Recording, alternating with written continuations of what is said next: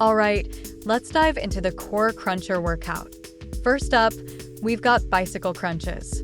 Lie on your back, hands behind your head, and pedal those legs like you're riding a bike. Engage your core and feel the burn as you twist and crunch. Keep that pace up. Next, we're moving on to reverse crunches.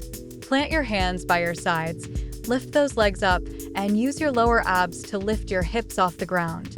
Control the movement and focus on that mind-muscle connection. Feel those lower abs working hard.